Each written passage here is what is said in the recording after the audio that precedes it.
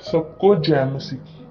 प्रिय भाइयों और बहनों, हम आपके लिए बाइबल रीडिंग में लेकर आए हैं सूखी हड्डियों की तरह। यहोवा की शक्ति मुझ पर हुई और वह मुझ में अपना आत्मा समाकर बाहर ले गया और मुझे तराई के बीच खड़ा कर दिया। वह तराई हड्डियों से भरी हुई थी।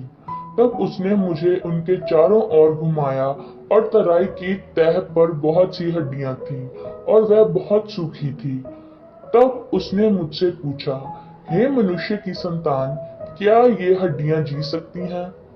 मैंने कहा, हे परमेश्वर यहोवा, तू ही जानता है। तब उसने मुझसे कहा, इन हड्डियों से भविष्यवाणी करके कह, हे सूखी हड्डियों, यहोवा का वचन सुनो। परमेश्वर यहोवा तुम हड्डियों से यूं कहता है, देखो, मैं आप तुम में सांस समाऊंगा और तुम जी उठोगी।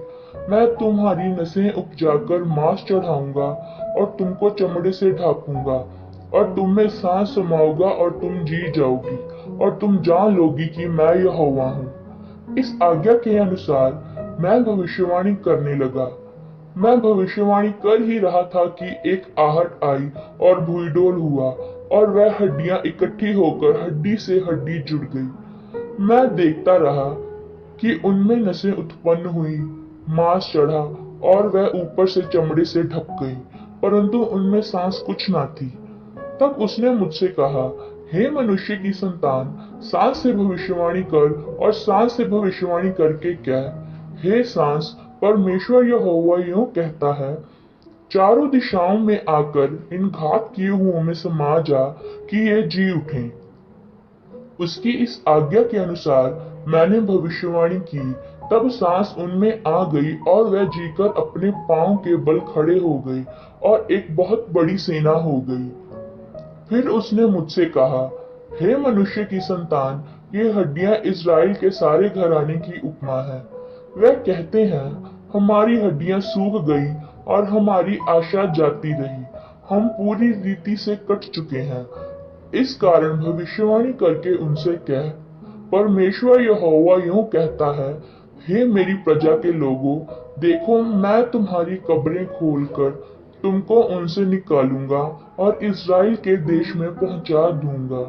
इसलिए जब मैं तुम्हारी कब्रें खोलूं और तुमको उनसे निकालूं, तब हे मेरी प्रजा के लोगों, तुम जान लोगे कि मैं यहोवा हूँ। मैं तुम में अपना आत्मा समाऊंगा और तुम जियोगे और तुमको तुम्हारे निज देश में बसाऊंगा। तब तुम जान लोगे कि मुझ यहोवा ने ही ये कहा और किया भी है। यहोवा की यही वाणी है। प्रिय भाइयों और बहनों, यहोवा की वाणी हमें यही सिखाती है। भजन संहिता अध्याय 23 उसकी 4 आयत में लिखा है, चाहे मैं घोर अंधकार से भरी हुई तराई में होकर चलूं, तो भी हानि से ना डरूंगा, क्योंकि तुम मेरे साथ रहता है। इसलिए अपनी परिस्थितियों से घबराना नहीं, बल्कि उनका दृढ़ता पूर्वक सामना करें।